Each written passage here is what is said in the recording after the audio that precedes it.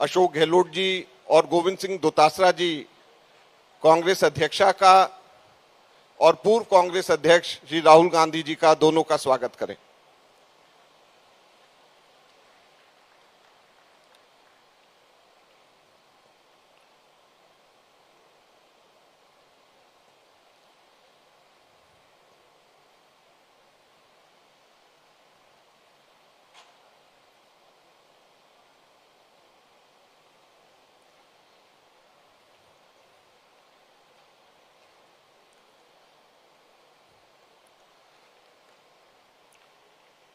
अब मैं अनुरोध करता हूं हमारे प्रदेश कांग्रेस कमेटी अध्यक्ष श्री गोविंद सिंह दोतासरा जी को कि यहां पर आएं और सब लोगों का स्वागत करें।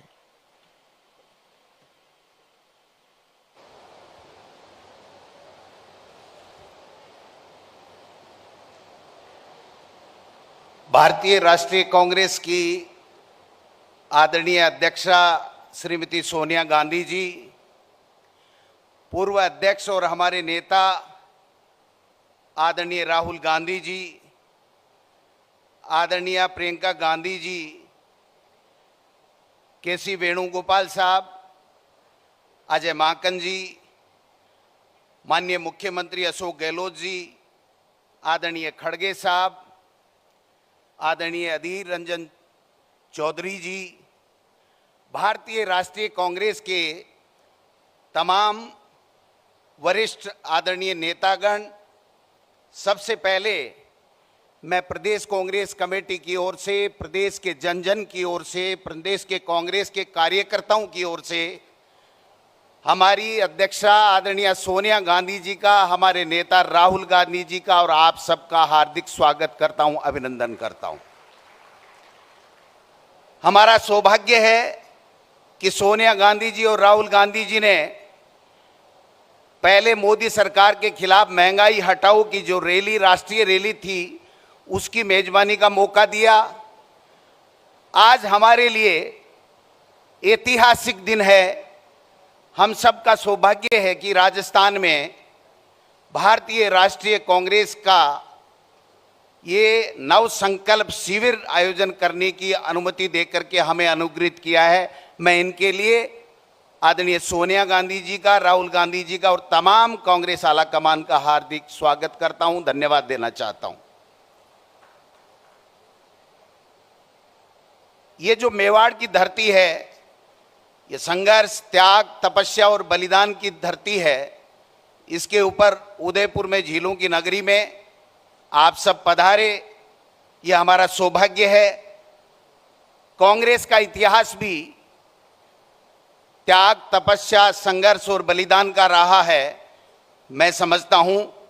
इसलिए ये और ज़्यादा प्रासंगिक हो जाता है कि यहाँ के नव संकल्प शिविर से हम जो संकल्प कांग्रेस के नेता और कार्यकर्ता लेकर के जाएंगे, मैं समझता हूं एक नई ऊर्जा का संचार होगा और हम वो संघर्ष, उन ताकतों के खिलाफ निडरता के साथ में, जिन ताकतों ने आज देश में सामाजिक समरसता और धर्मनिरपेक्षता का गला घोंट रखा है, हमारे नेता राहुल गांधी जी जिस निडरता के साथ में, जिस बेबाकी के साथ में जो उनका संघर्ष है, हम सब कांग्रेस के लोगों के लिए प्रेरणास्पद है।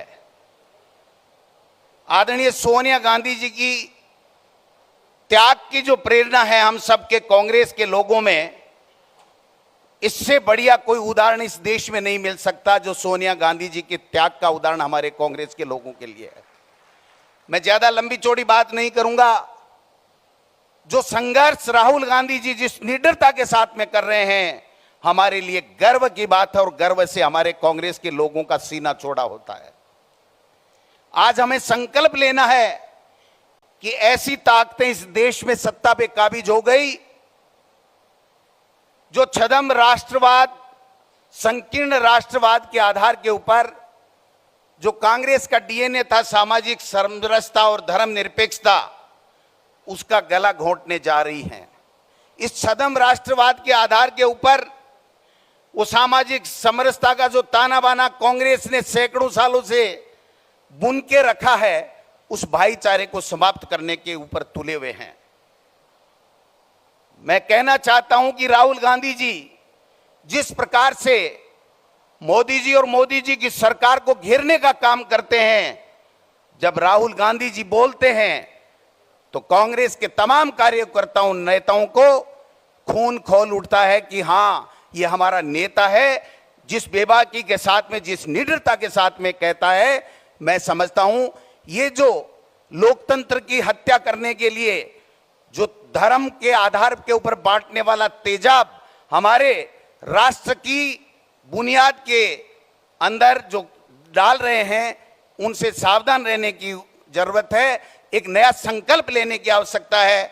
मैं राहुल गांधी जी इतना ही कह सकता हूं, कांग्रेस पार्टी राजस्थान में सोनिया गांधी जी और आपके नेतृत्व में एकजुट है। 2023 में आपके आशीर्वाद से कांग्रेस की सरकार बनी। कांग्रेस के कार्यकर्ताओं का खून और पसीना इस राजस्थान की सरकार बनाने में आपके नेतृत्व में बहा था। मैं पुनः विश्वास दिलाना चाहता हूं इस मेवाड़ की धरती के ऊपर, राजस्थान की वीरों और संतों की भूमि के ऊपर, कि आपके नेतृत्व में हम ईंट से ईंट बजा देंगे, लेकिन इन फासिस्ट प्रवृत्ति के लोगों से न कभी झुकेंगे न कभी डरेंगे। हम उस कांग्रेस के सिपाही हैं जिसने हमेशा स्वाभिमान की लड़ी है। हम उस कांग्रेस के सिपाही हैं जिसने इंदिरा गांधी जी और राजीव गांधी जी का बलिदान इस देश को एक और अखंड रखने के लिए दिया है। मैं समझता हूं ये नया संकल्प हम सब के लिए, आज ये पूरी राष्ट्र की कांग्रेस एक है। आप सबके नेतृत्व में सोनिया गांधी जी और राहुल गांधी जी, हम सब संकल्प लेते हैं कि यहां से जो नया संचार इस कांग्रेस में होगा, ईंट से ईंट बजा देंगे। इन लोगों से चाहे कितना ईडी सीबीआई कर लें, डरने वाले नहीं है, घबराने वाले नहीं है। आपके नेतृत्व में 2024 में हम इस मोदी सरकार का सुपड़ा साफ करके रहेंगे और यूपीए सरकार का कब्जा करेंगे। बहुत बहुत धन्यवाद। कोई कमी रह गई हो तो माफ करना, हम नए नए लोग हैं। माननीय मुख्यमंत्री जी का आशीर्वाद और इनका अनुभव है जिसके कारण से हम सब ये संभव कर पाए हैं। इसलिए थोड़ा सा अगर कोई कमी रह गई हो तो मैं राजस्थानी में कहूँ, माने माफ कर जो अगर कोई कमी रह गई है तो। बहुत बहुत धन्यवाद। जय हिंद, जय भारत। मैं अनुरोध करूंगा, रघुवीर मीना जी कांग्रेस कार्य कमेटी के सदस्य हैं, प्रियंका गांधी जी का रघुवीर मीना जी स्वागत करेंगे।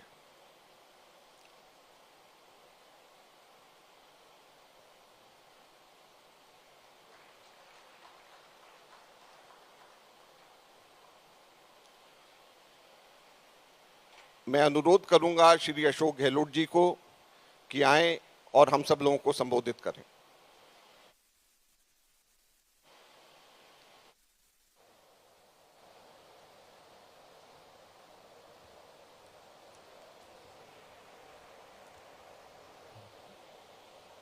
परम श्रद्धेय सोनिया गांधी जी, हमारे नेता आदरणीय राहुल गांधी जी, मल्लिकार्जुन खड़गे साहब, प्रियंका गांधी जी, अधीर रंजन चौधरी जी, हमारे प्रदेश के प्रभारी अजय माकन जी, वेणुगोपाल जी, छत्तीसगढ़ के मुख्यमंत्री भूपेश बघेल जी, प्रदेश कांग्रेस कमेटी का अध्यक्ष गोविंद दोतासा जी, यहाँ पधारे हुए तमाम CWC के माननीय सदस्यगण, पूर्व मुख्यमंत्रीगण, पूर्व केंद्रीय मंत्रीगण, पूर्व प्रदेश के अध्यक्षगण, रियासत के तमाम पदाधिकारीगण, शेबी लीडर्स, प्रदेश अध्यक्षगण, अग्रिम संगठनों के तमाम हमारे साथीगण, मेरे प्यारे युवा साथियों, भाइयों और बहनों, नौजवान साथियों, मैं सबसे पहले आप सबका अपनी ओर से, प्रदेश वासियों की ओर से हार्दिक स्वागत करता हूँ। जैसा अध्यक्ष जी ने कहा, हमारे लिए सौभाग्य की बात है कि सोनिया गांधी जी ने और राहुल जी ने इस शिविर का स्थान चुना, राजस्थान उदयपुर। मैं समझ सकता हूँ कि आप सबका आना हमारे लिए सौभाग्य की बात है। जो चेहरे नज़र आ रहे हैं, नए पुराने, उससे हम सब गौरव का अनुभव कर रहे हैं। एक नई शुरुआत देश की राजनीति में होने जा रही है। ऐसे वक्त में जब कोई नहीं जानता कि देश किस दिशा में जा रहा है और किस दिशा में जाएगा, जहाँ संविधान की धज्जियाँ उड़ रही हो, लोकतंत्र खतरे में हो, जुडिशरी दबाव में हो, सीबीआई इनकम टैक्स ईडी का दुरुपयोग हो रहा हो, क्या नहीं हो रहा है, कोई सुनने वाला नहीं, कोई समझने वाला नहीं, किसी को आवाम से भय भी नहीं है। हमारे वक्त में हर वक्त कांग्रेस के नेतृत्व लोग क्या कहेंगे उसके आधार पर लोकतंत्र की भावनाओं की कदर करते फैसले करते थे। कई मुख्यमंत्री होंगे, कई केंद्रीय मंत्री के इस्तीफे हो गए, इनके लिए कोई मायने नहीं रखता है लोकतंत्र। कुछ भी आरोप लगा दीजिए, कितनी संघर्ष कर रही जनता, इनको परवाह नहीं है। ऐसे फासिस्टी लोग धर्म के नाम पे काबिल हो गए देश के अंदर, जो आसान काम है। विचारधारा की लड़ाई अलग है, पर धर्म जाति ऐसी चीज है कि आप भड़का सकते हो, दंगे भी, हिंसा कर सकते हो रहा है देश के अंदर। राजस्थान तो टारगेट नंबर 1 अब जहाँ जहाँ चुनाव आते हैं वहाँ वहाँ ये टारगेट बना लेते हैं। दंगों का, सीबीआई इनकम टैक्स ईडी के छापों का आप देख रहे हो। इनके लोग दूध के धुले हुए हैं, कहीं छापा नहीं पड़ेगा इनकम टैक्स का, ईडी का, सीबीआई का। कितने लोग जेलों में बंद है कोई सोच नहीं सकता, हमें मालूम ही नहीं है। जिग्नेश मेवानी एक एमएलए 2500 किलोमीटर ले आ करके उनको आप कैद कर दो, बेल हो तो वापस उसके ऊपर आरोप लगा के वापस जेल भेज दो। ये अपना में उदाहरण है एक। बाकी ऐसी घटना कितनी हो रही है साहित्यकारों के ऊपर, पत्रकारों पर, लेखकों पर, कोई सोच नहीं सकता है। आर्टिकल लिखते लिखते थक गए हैं कई साहित्यकार, लेखक। तो ये हालात बन गए। तनाव का माहौल है, हिंसा का माहौल है देश के अंदर। सोनिया गांधी जी सहित 13 विपक्षी पार्टियों ने अपील करी प्रधानमंत्री से, आप प्रधानमंत्री हो, देश में तनाव है, अशांति का माहौल है, आप अपील कीजिए शांति की। वो नैतिक साथ नहीं जुटा पा रहे हैं। नैतिक साथ है ही नहीं तो क्या जुटाएंगे। इन हालातों में देश चल रहा है। इसलिए मैं इस मौके पर, ये बहुत मुबारक मौका हमारे लिए इसलिए है, 3 दिन तक हम लोग तमाम वरिष्ठ लोग बैठे अपने अनुभव का लाभ देंगे। नौजवान पीढ़ी के लोग आए हैं, वो अपने फ्यूचर को देख करके कांग्रेस की नीतियाँ, उसके कार्यक्रम के सिद्धांत जो महात्मा गांधी, पंडित नेहरू, सरदार पटेल, मौलाना अबुल कलाम आज़ाद के वक्त के हैं, अमेरिका के वक्त का संविधान है, दुनिया लोहा मानती है। आज देश कहाँ के कहाँ पहुँच गया आज़ादी के बाद में 70 साल के अंदर। इनको शर्म ही नहीं आती कहते हुए कांग्रेस ने 70 साल में क्या किया। इतनी बेशर्मी से बोलते हैं, पूरा देश सुन रहा है। कांग्रेस मुक्त भारत में ला देंगे। मैं कई बार कहता हूँ कांग्रेस मुक्त तो कभी होगी नहीं। कांग्रेस का इतिहास, उसके कार्यक्रमों के सिद्धांत देश के डीएनए की तरह है। सोनिया गांधी के नेतृत्व में जिस रूप में हमने देखा है यूपीए गवर्नमेंट को, ऐतिहासिक फैसले किए उन्होंने भी। पहली बार अधिकार दिया गया लोकसभा के कानून बना करके, चाहे सूचना का हो, चाहे नरेगा का हो, चाहे फूड सिक्योरिटी का हो, चाहे एजुकेशन का हो। इतिहास में दर्ज है। हमारी खाली कमजोरी है कि हम काम करते हैं, मार्केटिंग नहीं करते हैं। और ये इतने झूठे फरेबी लोग हैं, काम कुछ नहीं करते हैं। कभी गुजरात मॉडल की बात कर लेते हैं। ये आरएसएस और बीजेपी के जो फासिस्ट तत्व हैं, इनका काम यही है। इसलिए मैं लंबी बात नहीं करता हुआ, मैं मुबारक मौके पर सोनिया जी का, राहुल जी का, आप सबका मैं हार्दिक स्वागत करता हूँ। मुझे उम्मीद है कि 3 दिन तक गहराई के साथ में, काफ़ी टाइम दिया गया डिस्कशन का, हम बैठेंगे, बातचीत करेंगे और जो फैसले होंगे वो हम सब के लिए एक नए संकल्प के साथ में हम आगे बढ़ेंगे और तमाम कार्यकर्ताओं तक बात पहुंचाएंगे, तमाम देश की जनता तक, जनमानस तक हमारी भावना क्या है वो पहुंचाने में हम लोग कामयाब होंगे। यही बात करता मैं अपनी बात समाप्त करता हूं। धन्यवाद। जय हिंद। धन्यवाद।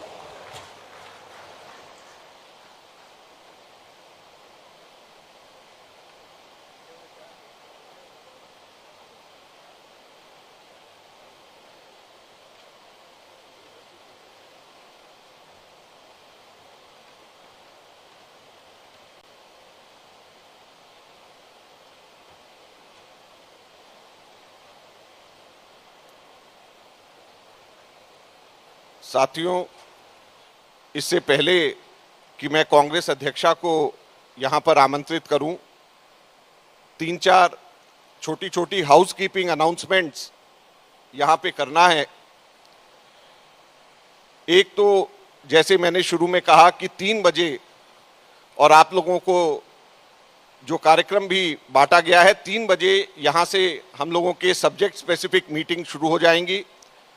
और आप सभी साथियों से अनुरोध है कि आप लोगों के जो जो सब्जेक्ट्स जिस को अलॉट करे गए हैं, वही सब्जेक्ट्स की आप लोगों को उसी मीटिंग हॉल के अंदर जाना है। और साथ साथ में मोबाइल फोन को बाहर रखने के लिए व्यवस्था करी गई है, तो मीटिंग से पहले कृपया मोबाइल फोन्स अपने सब लोग बाहर रखें। मोबाइल फोन्स आप सबके सब लोग बाहर रखें। और रात का डिनर 8 बजे अरावली लॉन्च के अंदर होगा, और आप लोग समय के ऊपर अपना कार्यक्रम खत्म करके अरावली लॉन्च में डिनर 8 बजे, और एक बहुत अच्छा शानदार कल्चरल प्रोग्राम भी राजस्थान के तरफ से रखा गया है। और आखिरी बात यह है कि कोई भी डेलीगेट के अलावा यहां पर इस परिसर के अंदर कोई व्यक्ति ना रहे। स्टाफ भी या और जो दूसरे साथी यहां पर हैं, उन सब लोगों से अनुरोध है कि सब लोगों के लिए और व्यवस्था इस कॉम्प्लेक्स के बाहर रखी गई है, वहां पर जाकर के आप लोग वहां पर बैठ सकते हैं। So I would like to repeat all the 5 points in English now. First of all, soon after this meeting is over, from 3 p.m. onwards, group discussions will start, and all of you are requested to go to your respective group meetings only. Everyone has been allocated a specific group.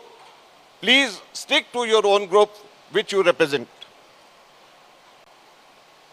Another important thing is, we request you to keep your mobile phones outside the meeting rooms. Lockers have been provided with lock and key facility, and you can keep your mobile phones inside the lockers and lock it. Dinner would be at 8 p.m. at Aravali Lawns, and before the dinner a small cultural program is being presented over there, so we request you to be present on time at 8 p.m. for the cultural program and the dinner.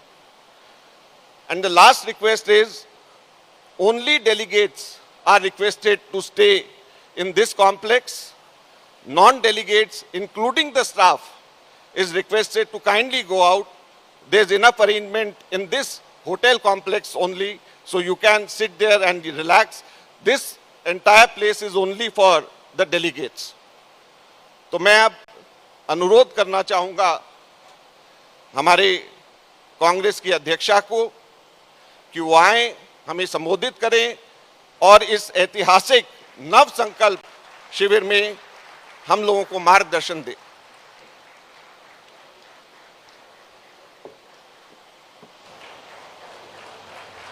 सबसे अनुरोध है जोरदार तालियां बजा करके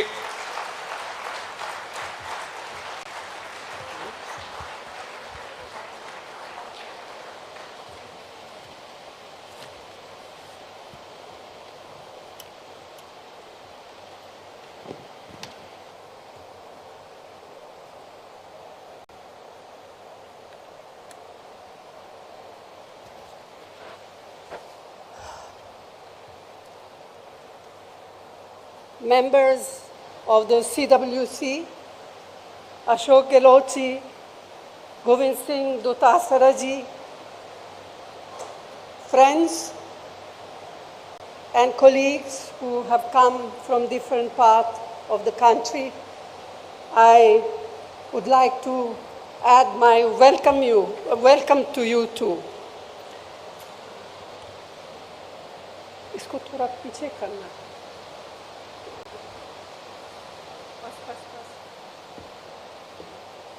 Our Chintan Shivir in this historic city with such a glorious heritage has as its theme Nav Sankalp.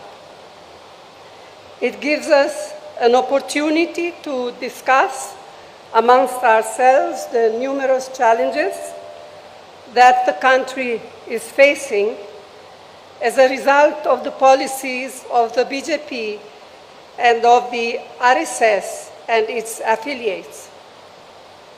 It is also an occasion to deliberate on the many tasks ahead of us. So it is both a Chintan about national issues and a meaningful Atma Chintan about our party organization.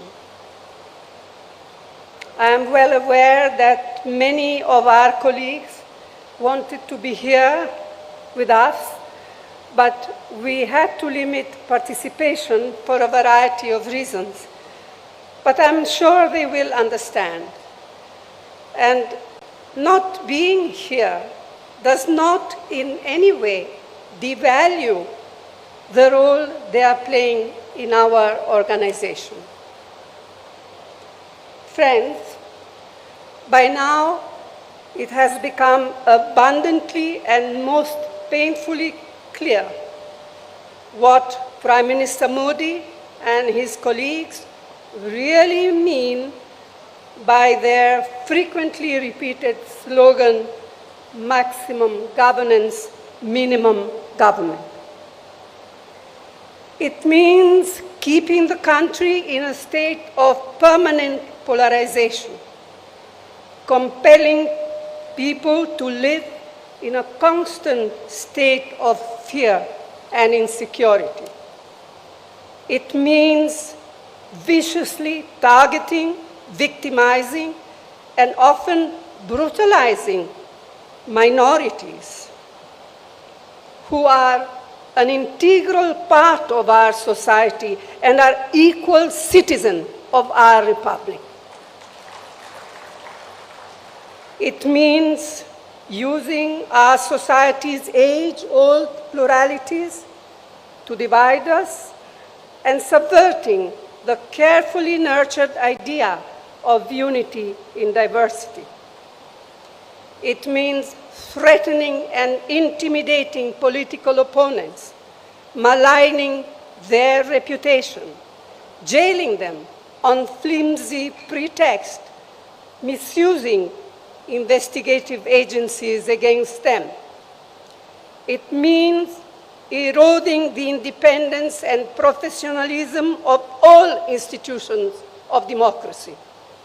It means the wholesale reinvention of history, the constant denigration of our leaders, especially Jawaharlal Nehru, and the systematic moves to distort, deny, and destroy their contributions, their achievements, and their sacrifices.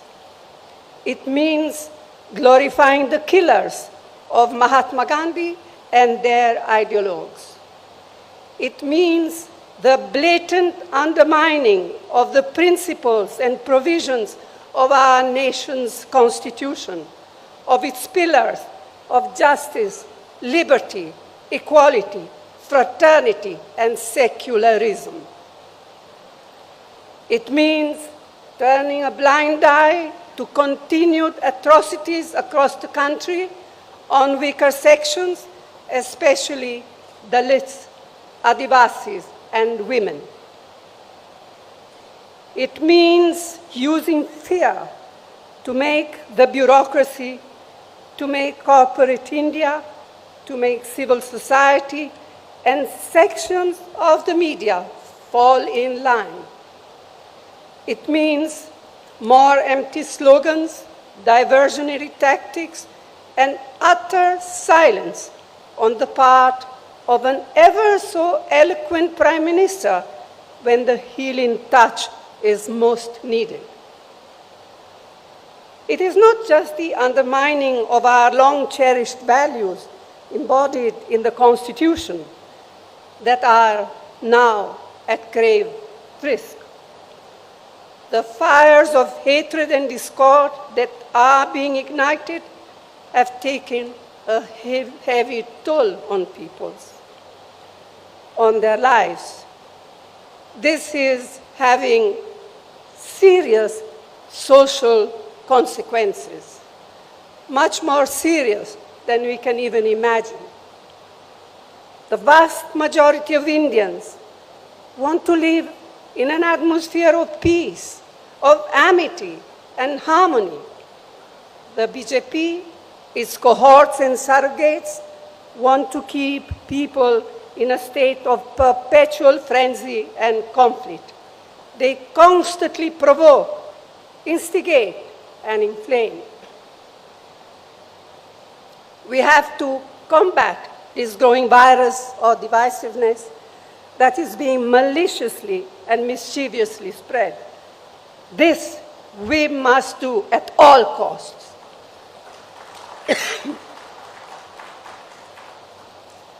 It is imperative to sustain high economic growth, to provide adequate employment opportunities for the youth. We must generate revenues needed for the welfare programs and improve the standard of living. But the worsening environment on social illiberalism and bigotry shakes the very foundation of economic growth. Starting with the disastrous demonetization on November 2016, the economy has been at a steep downslide. A large majority of MSMEs have been crippled. Unemployment has risen alarmingly, and for the first time, it appears that vast numbers of people have simply given up hope of finding jobs. Whatever support the central government has been able to provide in the past 2 years to people has been on account of most of the UPA programs, and to name just two of them, the Mahatma Gandhi Narega, the employment scheme, and the national food security. The sheer tenacity of farmers and their organization compelled the Modi government to repeal the 3 black laws. The Congress Party stood by them steadfastly throughout their long struggle, both within Parliament and outside. But the promises made by the Prime Minister to the farmers when they withdrew their agitation have yet to be fulfilled. Meanwhile, it looks as if procurement of wheat this year will fall steeply, threatening the very foundations of our national security, food security program. Prices of essential items of mass communication, of mass consumption, like cooking gas, cooking oil, pulses, vegetables, fertilizers, petrol, and diesel, continue their upward march, placing an intolerable burden on crores of families. Public sector companies built up with such careful planning, with economic and social objectives in mind by earlier Congress government, are now being privatized with a vengeance and to a chosen few. This will have disastrous consequences. Among other things, this means that one avenue for assured employment for scheduled caste and scheduled tribe will get totally closed. अब मैं कुछ बातें हिंदी में कहना चाहूँगी। तो साथियों, हमारे इस महान और सशक्त संगठन से समय समय पर अपने लचीलेपन को दर्शाने की उम्मीद की जाती रही है और हर बार हमारे संगठन ने असरदार तरीके से अपनी प्रतिक्रिया दर्शाई है। एक बार फिर हमसे यह उम्मीद की जा रही है कि हम अपना साहस, हौसला और समर्पण की भावना का परिचय दें। लेकिन आज जो हमारे संगठन के सामने परिस्थितियां उत्पन्न हुई है वे अभूतपूर्व है। असाधारण परिस्थितियों का मुकाबला असाधारण तरीके से ही किया जा सकता है, इस बात के प्रति मैं पूरी सचेत हूँ। हर संगठन को न केवल जीवित रहने के लिए बल्कि बढ़ने के लिए भी समय समय पर अपने अंदर परिवर्तन लाने होते हैं। हमें सुधारों की सख्त ज़रूरत है। रणनीति में बदलाव, ढांचागत सुधार और रोज़ाना काम करने के तरीके में परिवर्तन। एक तरह से यह सबसे बुनियादी मुद्दा है। लेकिन मैं ये भी जोर देकर कहना चाहती हूँ कि हमारा पुनरुत्थान सिर्फ विशाल सामूहिक प्रयासों से ही हो पाएगा और वो विशाल सामूहिक प्रयास ना टाले जा सकते हैं, न ही टाले जाएंगे। यह शिविर इस लंबे सफर में एक प्रभावशाली कदम है।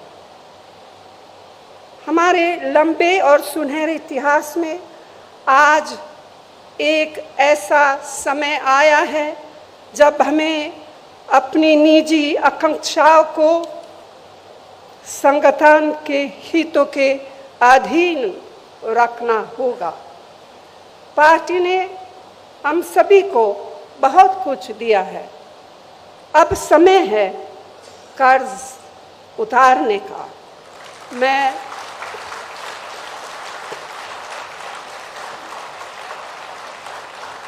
समझती हूँ इससे आवश्यक और कुछ नहीं।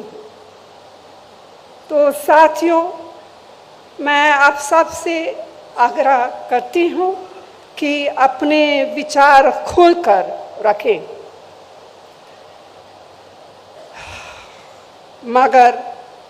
मगर बाहर सिर्फ एक ही संदेश जाना चाहिए, संगठन की मजबूती, दृढ़ निश्चय और एकता का संदेश।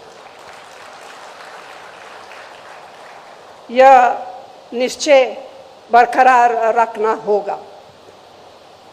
हाल में मिली नाकामयाबियों से हम बेखबर नहीं हैं, न ही हम बेखबर है उस संघर्ष से या उस संघर्ष की कठिनाइयों से जिसे हमें करना है और जीतना है।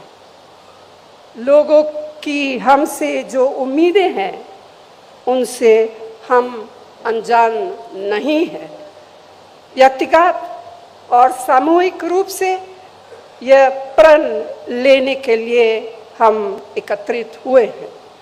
हम देश की राजनीति में अपनी पार्टी को फिर से उसी भूमिका मिलाएंगे जो भूमिका पार्टी ने सदैव निभाई है और जिस भूमिका की उम्मीद इन बिगड़ते हुए हालातों में देश की जनता हमसे करती है।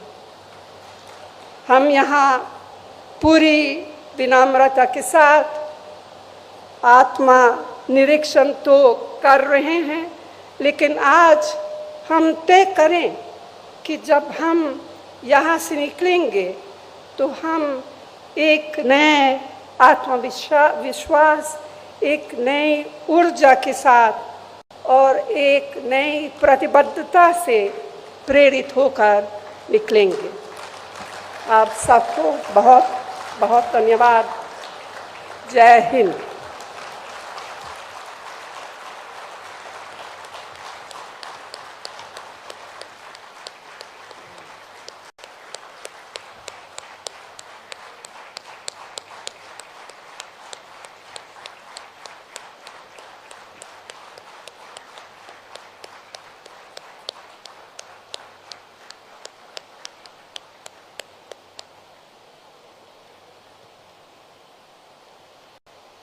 कांग्रेस अध्यक्षा के इस प्रेरणादायक उद्बोधन और मार्गदर्शन के लिए हम सब लोग इनका धन्यवाद करते हैं और हम लोगों को पूरी आशा है कि इस नव संकल्प शिविर से ही हम लोगों का आगे का रास्ता शुरू होगा।